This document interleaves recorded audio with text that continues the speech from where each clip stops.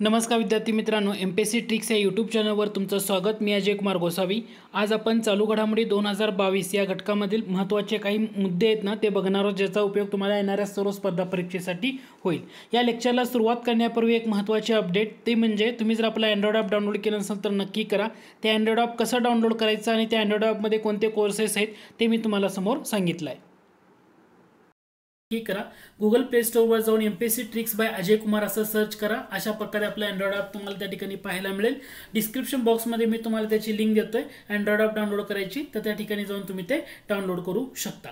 या ॲपवर गेल्यानंतर वेगवेगळे कोर्सेस तर आहेतच, पण सध्या आपला एक महत्त्वाचा कोर्स सध्या तिथं आलेला आहे, तो म्हणजे चालू घडामोडी 2022चा। या घडामोडीमध्ये जवळपास तुम्हाला डिसेंबर 2022 पर्यंत होणाऱ्या सर्व एक्झामसाठी तुम्हाला त्या ठिकाणी घडामोडी पाहायला मिळतील। जानेवारी 2021 पासूनच्या घडामोडी आपण त्या ठिकाणी कव्हर करतोय।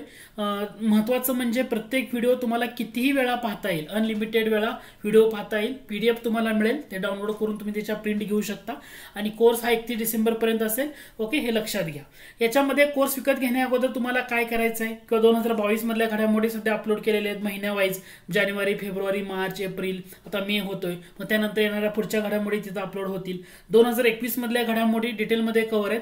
त्याचबरोबर तुम्हाला चालू घडामोडी ऑनलाईन टेस्ट सिरीज सुद्धा त्या ठिकाणी आपण कव्हर केलेले आहे, तर नक्की डाउनलोड करा आपला अँड्रॉइड ॲप। डिस्क्रिप्शन बॉक्समध्ये लिंक आहे, त्या लिंकवर जाऊन तुम्ही जॉईन करू शकता।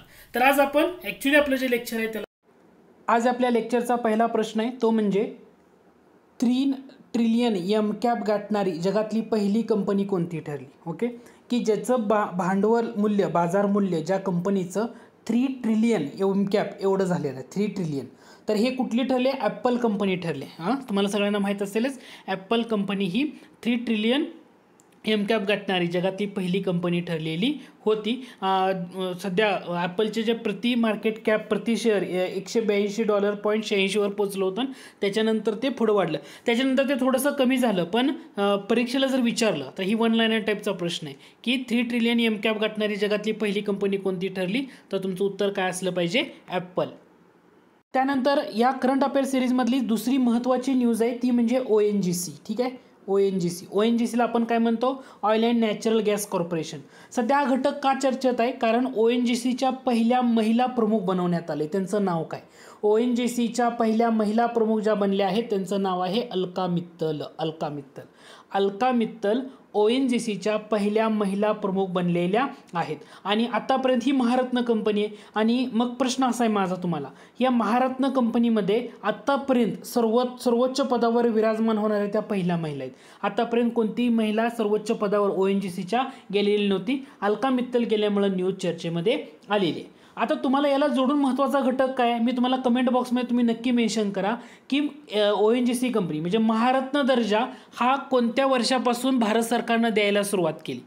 एखाद्या कंपनीला महारत्न दर्जा दिला जातो, हे भारतानं कोणत्या वर्षापासून द्यायला सुरुवात केली हे तुम्ही कमेंट बॉक्समध्ये नक्की मेन्शन करा। ठीक आहे, आता अलका मित्तल यांनी कोणाची जागा घेतली, तर सुभाष कुमार होते, सुभाष कुमार यांची त्यांनी जागा घेतलेली।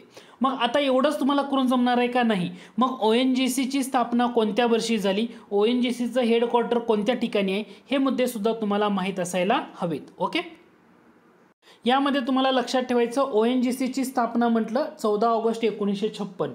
1956 म्हणजे आपली पहिली पंचवार्षिक योजना 51 ते 56, दुसरी 56 ते 61, म्हणजे 1956च्या पिरियडमध्ये 14 ऑगस्टला ONGCची स्थापना आहे। ONGCचं मुख्यालय हे नवी दिल्लीला आहे, वसंत कुंज या ठिकाणी। ठीक आहे, त्यानंतर अलका मित्तल यांची नियुक्ती किती कालावधीसाठी असेल, तर 1 जानेवारी 2022 पासून 6 महिन्यांचा कालावधी अगोदर दिलाय आणि किंवा या पदावर नियमित पदावर नियुक्त होण्यापूर्वी किंवा पुढचा आदेश येण्यापर्यंत ज्या लवकरात लवकर होईल तोपर्यंत त्या या पदावर असणार आहेत। परीक्षेसाठी नक्की लक्षात ठेवा बरं का, अलका मित्तल ONGCच्या पहिल्या महिला प्रमुख बनलेल्या आहेत। ONGC म्हटलं तर 14 ऑगस्ट 1956 आणि त्याचं हेडक्वार्टर कुठे येतं? नवी दिल्ली, वसंत कुंज या ठिकाणी। त्यानंतर पुढचा सिंपल आणि वन लाइनरचा प्रश्न आहे, तो म्हणजे भारताचं पहिलं auto ETF, exchange traded fund. ETF म्हणजे काय? Exchange traded fund. तर भारतातलं पहिलं ॲटो सेक्टरमध्ये ETF कोणी लॉन्च केलं, तर ते लक्षात ठेवा, निप्पॉन इंडिया म्युच्युअल फंडने। निप्पॉन इंडिया म्युच्युअल फंडने भारताचं पहिलं ॲटो ETF लॉन्च केलेलं आहे, एक्सचेंज ट्रेडेड फंड। त्याच्यानंतर पुढची न्यूज होती, जो चर्चेमध्ये राहिलेला घटक होता शेड्यूल्ड बँक।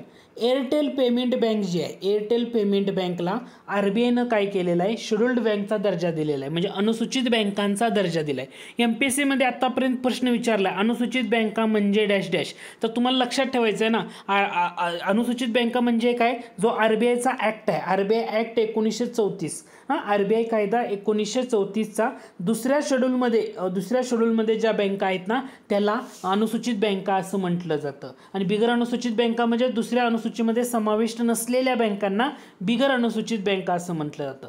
सध्या RBIनं काय केलंय तर एअरटेल पेमेंट बँकला शेड्युल्ड बँक स्टेटस दिलेलं आहे. ओके, म्हणजे हे परीक्षेसाठी महत्त्वाची न्यूज आहे की एअरटेल पेमेंट बँकला शेड्युल्ड बँक स्टेटस RBIनं दिला. मग कोणत्या कायद्याअंतर्गत येतो, RBI ॲक्ट 1934, कोणत्या शेड्यूलमध्ये, दुसऱ्या शेड्यूलमध्ये.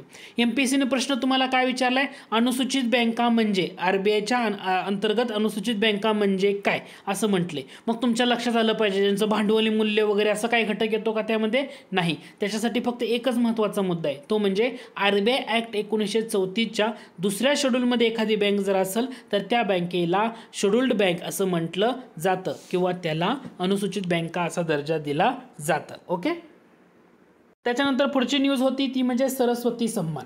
आता सरस्वती सन्मान हा पुरस्कार लक्षात ठेवा, आता या वर्षीचा कोणाला देण्यात आला आहे, रामदर्श मिश्रा यांना देण्यात आला आहे. हिंदी लेखक आहेत, कवी आणि लेखक म्हणू शकतो त्यांना आपण. तर रामदर्श मिश्रा सरस्वती सन्मान 2021चे मानकरी ठरले. पण त्यांना कोणत्या त्यांच्या कविता संग्रहासाठी मिळाला आहे, मै तो यहाँ हूँ या कविता संग्रहासाठी 2021चा सरस्वती सन्मान मिळाला आहे. मग माझा प्रश्न असा आहे, 2020चा सरस्वती सन्मान कोणाला जाहीर झाला, तर 2020चा कोणाला मिळाला आहे तर शरणकुमार लिंबाळे. डॉक्टर शरणकुमार लिंबाळे मराठी व्यक्ती आहेत. कोणत्या कादंबरीसाठी, सनातन कादंबरीसाठी. कोणत्या कादंबरीसाठी, सनातन कादंबरीसाठी. मग प्रश्न असा उरतो, सरस्वती सन्मान हा पुरस्कार केव्हा स्थापन झाला. सरस्वती सन्मान हा पुरस्कार म्हटलं तर तुम्हाला इयर लक्षात ठेवा, 1991 या वर्षी स्थापन केला. कोणत्या फाउंडेशन या सरस्वती सन्मान स्थापन करण्यामध्ये पुढाकार आहे, KK बिर्ला फाउंडेशन. सरस्वती सन्मान हा पुरस्कार स्थापन करण्यामध्ये फाउंडेशन कोणतं, KK बिर्ला फाउंडेशन.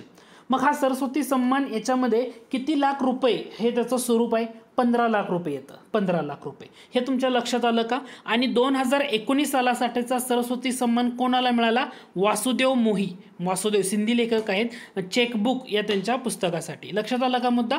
म्हणजे सरस्वती सन्मान हा टॉपिक जेव्हा तुम्हाला डोळ्यासमोर येईल तर तुम्हाला 3 मुद्दे लक्षात आले पाहिजेत. पहिला मुद्दा, याची स्थापना 1991ला KK बिर्ला फाउंडेशन आणि या पुरस्काराचं स्वरूप आहे 15 लाख रुपये. सन्मान चिन्ह आणि स्मृतिचिन्ह तर आहेच, पण 15 लाख रुपये रक्कम आहे, ही महत्त्वाचं. दुसरा मुद्दा, 2021चा सरस्वती सन्मान कोणाला मिळाला, रामदर्श मिश्रा यांना मिळाला. कशासाठी, मै तो यहाँ हूँ या कविता संग्रहासाठी. 2020चा सरस्वती सन्मान कोणाला जाहीर झाला, मराठी लेखक आहेत डॉक्टर शरणकुमार लिंबाळे यांना. कोणत्या कादंबरीसाठी, सनातन कादंबरीसाठी. आणि 2019चा सरस्वती सन्मान कोणाला जाहीर झाला, वासुदेव मोही. नाव लक्षात ठेवा, वासुदेव मोही, आणि त्यांना त्यांच्या चेकबुक या पुस्तकासाठी. त्याच्यानंतर पुढची न्यूज आहे ती म्हणजे क्वीन ऑफ फायर नावाचं कादंबरी सध्या चर्चेमध्ये आहे. Queen of fire. आता लक्षात घ्या, एखादं पुस्तक, एखादी कादंबरी जेव्हा प्रकाशित होते आणि ती जर चर्चेत असेल तर MPSC त्याच्यावर जास्त करून प्रश्न विचारते. अलीकडील काळामध्ये तो ट्रेंड आहे. क्वीन ऑफ फायर ही कादंबरी कोणाची आहे, तर त्याचं उत्तर आहे देविका रंगाचारी. देविका रंगाचारी ह्या बाललेखिका आहेत, इतिहासकार आहेत आणि त्यांची ही नवीन कादंबरी आहे. बरं, नाव काय आहे, क्वीन ऑफ फायर. क्वीन म्हणजे हे कोणाच्या संदर्भात आहे, तर राणी लक्ष्मीबाई. राणी लक्ष्मीबाई यांचं पहिलं जीवन, त्यानंतर राजकारणी म्हणून त्यांनी विधवा झाल्यानंतर केलेलं बंड ईस्ट इंडिया कंपनी विरुद्ध, आणि त्याच्यामध्ये त्यांचं जे वर्णन आहे कशा प्रकारे त्या ब्रिटिशांशी लढल्या, तर हे क्वीन ऑफ फायर या कादंबरीमध्ये तुम्हाला पाहायला मिळेल.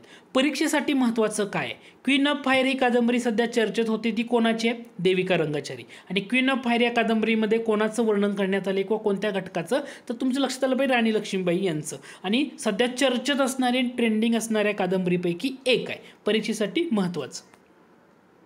त्याच्यानंतर परीक्षेला विचारण्यासारखा महत्त्वाचा प्रश्न आहे तो म्हणजे भारताची पहिली कार्बन न्यूट्रल पंचायत सध्या कोणती ठरली, तर जम्मू काश्मीरमधलं गाव आहे पल्ली, हे देशातली पहिली कार्बन न्यूट्रल पंचायत ठरली. ओके, नरेंद्र मोदी, भारताचे पंतप्रधान नरेंद्र मोदी यांनी 500 किलोवॅटचा सोलार प्लांट देशाला त्या ठिकाणी समर्पित केला आणि पहिली कार्बन न्यूट्रल पंचायत ठरली जम्मू काश्मीरमधलं. जम्मू काश्मीरमधले गाव कुठलं? पल्ली. सांबा जिल्ह्यामध्ये येतं. जम्मू काश्मीरच्या सीमावर्ती भागामधला सांबा या ठिकाणी पल्ली या गावामध्ये देशातली पहिली कार्बन न्यूट्रल पंचायत बनलेली आहे. पल्ली गाव. त्यानंतर पुढचा घटक आहे भारतातला पहिला अमृत सरोवर कोठे स्थापन करण्यात आला. आता अमृत सरोवर हा कन्सेप्ट आणि हा घटक काय येतो तर आता भारताला स्वातंत्र्याला जवळपास 75 वर्ष कंप्लीट होत आहेत. म्हणून आपला जो आझादी का अमृत महोत्सवाचा भाग आहे, आझादी का अमृत महोत्सव सरकारचं एक महत्त्वाचं कॅम्पेन आहे. या कॅम्पेनचा एक भाग म्हणून अमृत सरोवराचा एक भाग म्हणून 75 कारण 75 वर्ष कंप्लीट होत आहेत स्वातंत्र्याला, म्हणून 75 जलस्रोत हे विकसित केले जातील किंवा पुनर्निर्मित केले जातील याच्यासाठी हा घटक चर्चेत होता. आणि आता काय झालेलं आहे, देशातला पहिला अमृत सरोवर कोठे स्थापन करण्यात आला तर उत्तर प्रदेशमधल्या रामपूर या ठिकाणी देशातला पहिला अमृत सरोवर स्थापन करण्यात आलेला आहे. हे खूप महत्त्वाचं आहे. रामपूरच्या ग्रामपंचायत पटवाई हे पण तुम्ही थोडंसं लक्षात ठेवा की उत्तर प्रदेशचे मुख्यमंत्री योगी आदित्यनाथ यांच्या प्रयत्नामुळे रामपूरच्या ग्रामपंचायत पटवाई येथे भारतातला पहिला अमृत सरोवर पूर्ण झालेला आहे. हे महत्त्वाचं आहे. ठीक आहे, रामपूरमधलं कोणतं ग्रामपंचायत विचारलं? पटवाई. ठीक आहे, आणि हे 75 जलस्रोत विकसित करायचे आहेत कारण आझादी के अमृत महोत्सव, कारण आपल्या स्वातंत्र्याला 75 वर्ष आता कंप्लीट होत आहेत म्हणून. आता काय झालेलं आहे यामध्ये, हे जे रामपूर या ठिकाणी तलाव होतं, आठवड्याभरामध्ये त्याची स्वच्छता केली, पुनर्जीवन केले, त्या ठिकाणी पर्यटकांचं आकर्षण केंद्र बनले. आता रामपूरमध्ये अमृत सरोवर म्हणून विकसित करण्यासाठी 75 तलावांची निवड करण्यात आली होती आणि असे बरेचसा घटक आता त्या ठिकाणी इम्प्लिमेंट केला जाणार आहे. त्यानंतर चालू घडामोडीमधली पुढची महत्त्वाची न्यूज आहे ती म्हणजे युनायटेड नेशनचा champion of the Earth lifetime achievement पुरस्कार कोणाला प्रदान करण्यात आला. युनायटेड नेशनचा champion of the Earth lifetime achievement award, तर तो कोणाला देण्यात आला आहे? सर डेव्हिड ॲटनबरो यांना. कोणाला देण्यात आला आहे? सर डेव्हिड ॲटनबरो यांना युनायटेड नेशनचा champion of the Earth lifetime achievement award. हे थोडंसं लक्षात ठेवा, ह्या टाईपचे प्रश्न तुम्हाला 1-लाइनरमध्येच विचारले जातील. अशाच महत्त्वाच्या चालू घडामोडीमधले आपण काही महत्त्वाचे घटक या ठिकाणी कव्हर करतोय. दुसरं म्हणजे चालू घडामोडी ॲप डाउनलोड केलं नसेल तर नक्की करा. त्या ठिकाणी चालू घडामोडी 2022चा आपला कोर्स आला आहे, प्रश्नोत्तराच्या स्वरूपामध्ये आपण त्या ठिकाणी सविस्तरपणे विश्लेषण केलेलं आहे. नक्की जॉईन करा, ॲप डाउनलोड करा आणि जास्तीत जास्त तुमच्या मित्रांना शेअर करा. थँक्यू.